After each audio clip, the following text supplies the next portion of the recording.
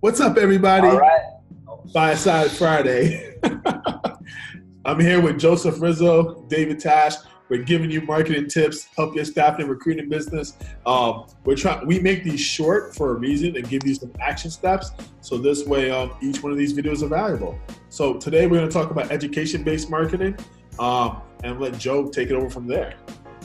Yeah, so one thing we want to talk about is understanding where your potential clients are in kind of getting in their head, maybe even getting in their bed.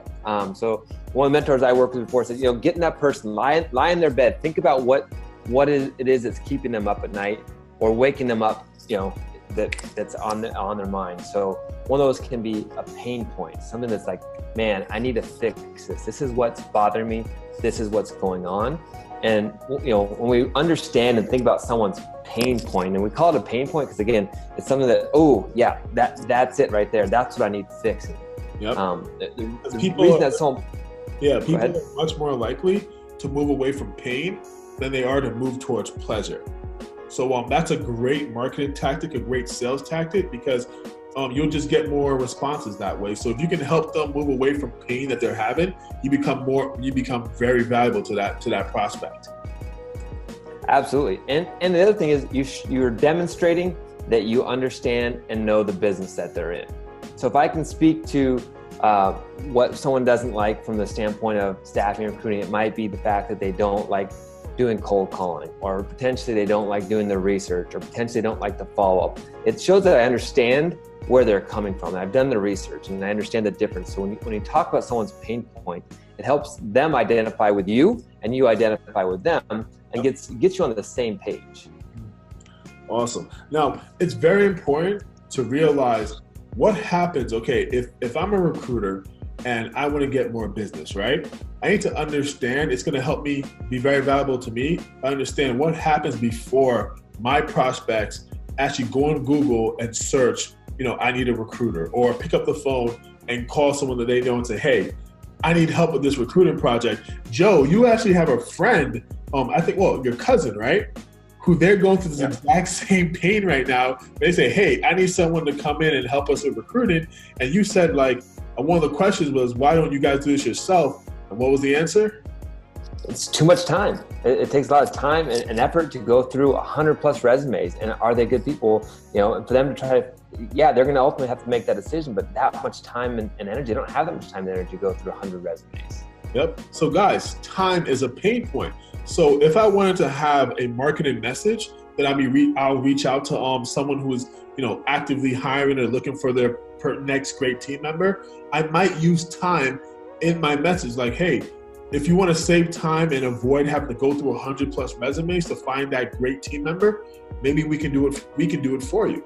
That's a great introduction message because of that pain point that we're solving there, which is time. Absolutely. And it's one thing we can't get back, right? So money replenishes itself, but one thing that doesn't replenish itself is time. So that's one of the most valuable things to a business owner is if you can save them time and take it off their plate, then you've actually put money back in their pockets. So they can spend time working on what's most valuable to them. Awesome. So Joe, give us some action steps, okay? If I'm watching this video right now and I say to myself, okay, I want to utilize this pain point thing that they're talking about, and I want to maybe when I reach out to my prospects, or maybe when I'm sending that email, give us something that they can use. Okay. Before I give you something to use, it's real important because everyone has a swim lane that they're in, a niche or a niche that they're in, and it's good to understand it. So one of the best ways I tell people to figure out the pain point is actually going and talking to one of their past or current clients. Ask them, 2 or 3 of them, what keeps you up at night? Hey, what got you to do business with me? And understanding that is one of the best places to start, because what I might understand as being a pain point may not always be the pain point. And so it's really important that we talk to our clients, really get in their head and say, hey, why is it that you did business with me? Why is it that you continue to do business with me? Not just because my service, but what is it that I'm doing for you that helps you understand? And then the second part of that is an action step that you can do besides going back. And if you're just starting out, really start thinking about that pain point. What is it that you're solving for a client? You're solving how to get X without Y. And that could be how to get more clients without sifting through 100 resumes. So think about the problem that you're solving. How do I solve X without Y. And that's one of the first ways you can think about a pain point. That's one of the first pieces of action steps that you can do for your business right now. Go back and think about what problem are you solving, how you can help your clients get X without Y. And that Y is that pain point, without cold calling, without sifting through resumes, without, dialing up on LinkedIn and putting something in. So think about what problem you're solving for your clients right now and really make sure that's a problem. So Joe just gave us the action steps. Contact the last or your best 3 customers or 3 people who were on the fence but didn't end up doing business with you, and ask them like, hey, what made you go a different direction? Or, what were those pain points that obviously, that we didn't cover, and now you have them, and now going forward, and that's going to help you be able to get more business. Boom. And things like that are something that other people aren't doing. They're not willing to find out why someone didn't do business. Great point, David. A lot of people leave that on the table and don't go back and say, hey, why didn't you move forward? We do that all the time with people. Say, hey, what was it that we missed the mark on? And not everyone's going to tell you, but a lot of them do just enough where it helps us transition to our message. So it's a great point, and a lot of people are missing that right now. So great point. Awesome, guys. Hey, see you again next Friday.